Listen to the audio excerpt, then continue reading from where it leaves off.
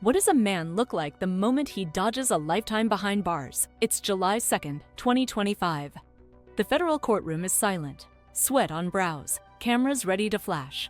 The foreperson rises.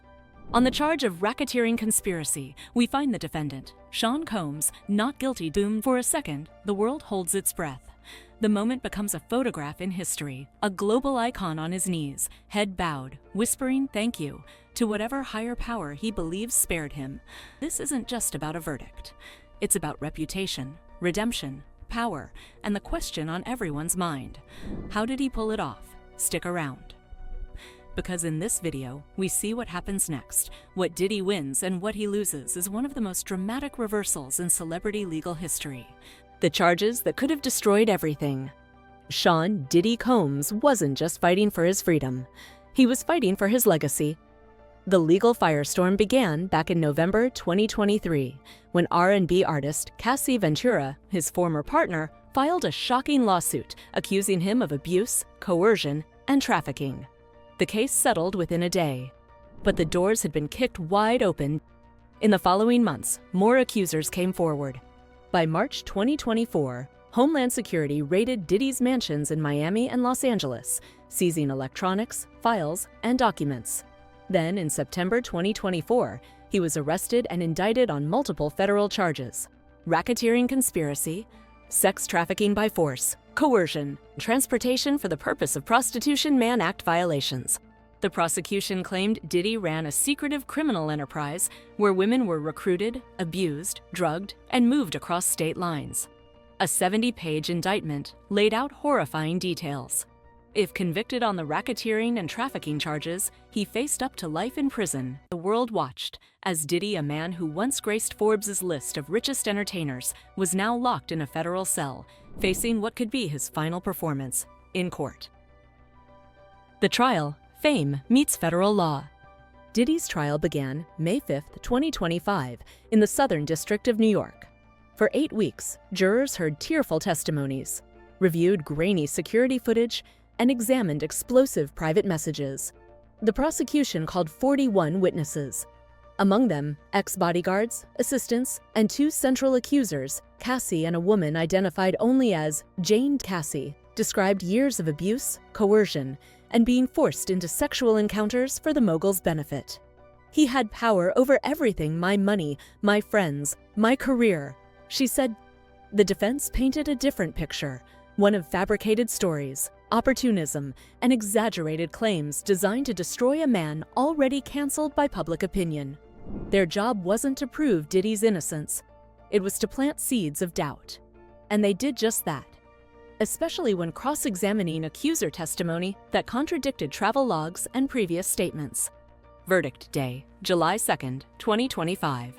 The moment everything changed. After 3 days of tense jury deliberation, the verdict finally arrived. The world watched as it unfolded live on cable news and streamed across social media. Diddy sat stoic, wearing a navy blue suit and a clenched jaw. Reporters described the room as buzzing with anticipation, like a concert before the lights drop. Here's what the jury said. Racketeering conspiracy, not guilty. Sex trafficking, 2 counts, not guilty. Transportation for prostitution, 2 counts, guilty. His reaction? A strange mix of shock, relief, and heartbreak. He dropped to his knees, hands clasped in silent prayer. Family members sobbed. Some of the media gasped.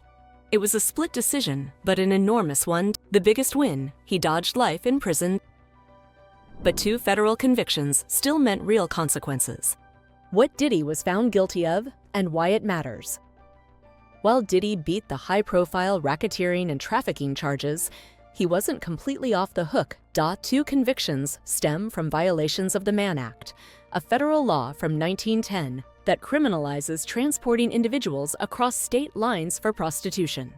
Prosecutors showed clear records, flights, hotels, and Diddy's own communications arranging travel for Cassie and Jane with intent to sexually exploit. Unlike trafficking charges, the Mann Act doesn't require proof of force or coercion, just the act of transporting someone knowingly for illegal sexual activity.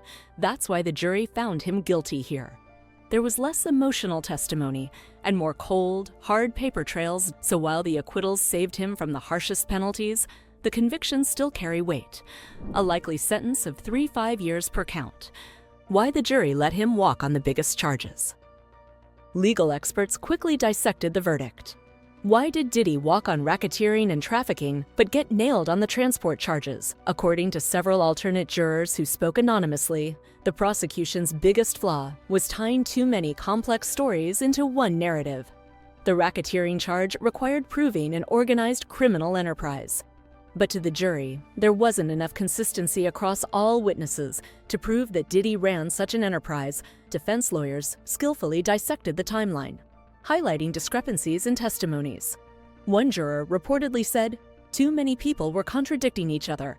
We couldn't say beyond a reasonable doubt that he was a trafficker or a crime boss." In short, the defense didn't need to prove he was innocent. They just had to poke enough holes. The fallout: wealth protected, reputation wrecked. Here's where the verdict gets financially fascinating. If Diddy had been convicted of racketeering, the federal government could have seized massive portions of his empire under RICO forfeiture laws. Properties, music rights, brand investments like Ciroc vodka, and even cash reserves.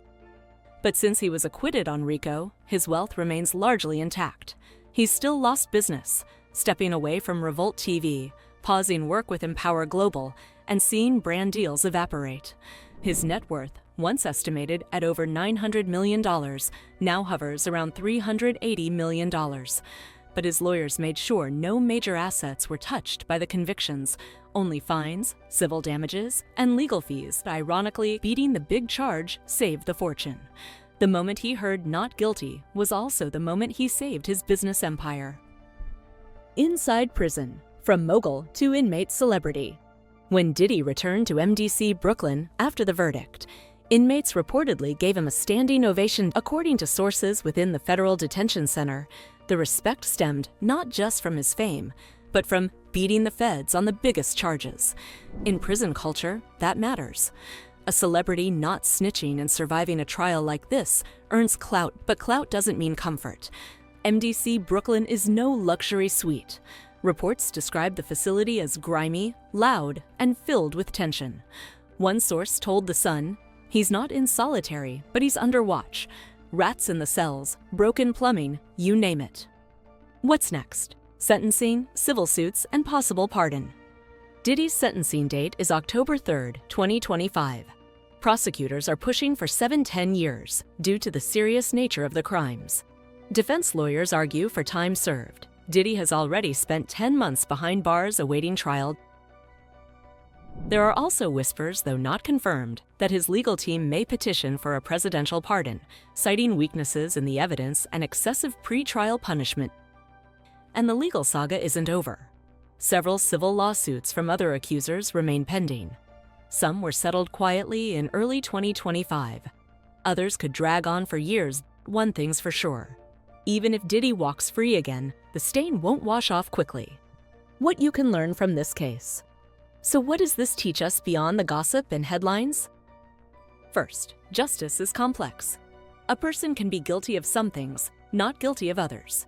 Real courtrooms don't hand out clean endings like TV shows.